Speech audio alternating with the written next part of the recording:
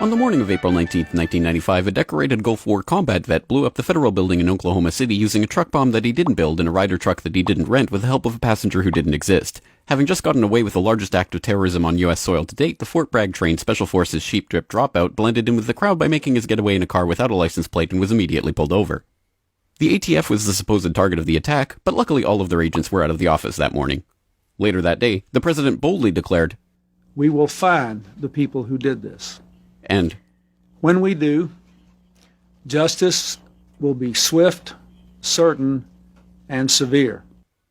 Except for John Doe number 2. John Doe number 2. John Doe number 2.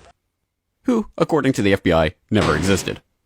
In McVeigh's unprecedented 3.5-week trial, the prosecution didn't show the CCTV footage of him and John Doe number 2 parking the Ryder truck. Didn't explain why 24 separate witnesses mass hallucinated the existence of John Doe number 2. Didn't explain why the government was testing truck bombs and the Army was storing Ryder trucks at Camp Gruber right before the bombing, and didn't talk to the FBI informants who blew the whistle on the plot. But they did collaborate with the CIA, and they did convict McVeigh as the lone wolf bomber and Terry Nichols as his bomb-constructing accomplice. Still, a bunch of crazy conspiracy theorists, including 300 bombing victims, insist on talking about facts and evidence and refuse to simply believe what they've been told a million times by people in tailored suits with well-coiffed hair.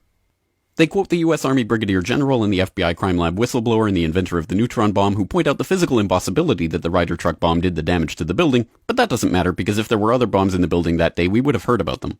The second explosive was found and defused. I think he said another bomb. The Justice Department is reporting that a second explosive device has been found. They then found a third device, which was also larger than the first. And I see another bomb truck going, so apparently they're going to try to get out that third bomb. The FBI claims to have lost the footage showing McVeigh and John Doe number 2 parking the truck in front of the Murrah building that morning, but that's understandable because the Bureau has a lot of important evidence to store. Terry Nichols insists the FBI was involved in the plot, but thankfully a judge has saved us the trouble of listening to him by preventing lawyers from deposing him. There was a bomb squad truck parked across the street 2 hours before the blast, but that just shows the authorities were prepared for anything. And other documents obtained by 2020 show that someone called the Executive Secretariat's office at the Justice Department in Washington and said the Murrah building had been bombed. But this was 24 minutes before the blast. But that just shows the public was unusually vigilant that morning. Also, apparently, before the bombing, Governor Frank Keating's brother, Mark, had been working on a novel about a terrorist bombing in Oklahoma City. Stranger still, one of the characters in the novel was named Thomas McVeigh. But that's probably just a coincidence. McVeigh wrote a letter to his sister where he admitted to being a secret Special Forces operative, and he complained to friends of the pain in his ass from an Army-implanted microchip, but that's crazy because if he didn't actually leave the Army in 1991, there would be proof of that.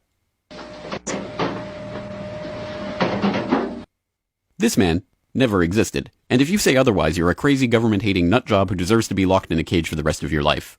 Likewise, him, her, them, her, and him. And him and him.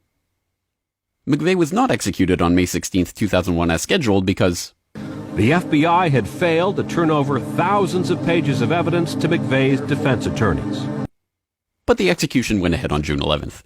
In a highly unusual and secret agreement, no autopsy was performed. One witness said he was still breathing, and the prison officials admitted his hearse was a decoy. Then, the case was officially closed. This is the story of OKC as told to you by the same truth-tellers behind perhaps a profoundly lonely man who craved attention but found consolation in doing good. And the helicopter we were traveling in was forced down after being hit by an RPG. And we're with the rebels. And he said, "Oh, you're with the rebels?" And they started beating him. "Oh, you're with the rebels? Don't you support Bashar?"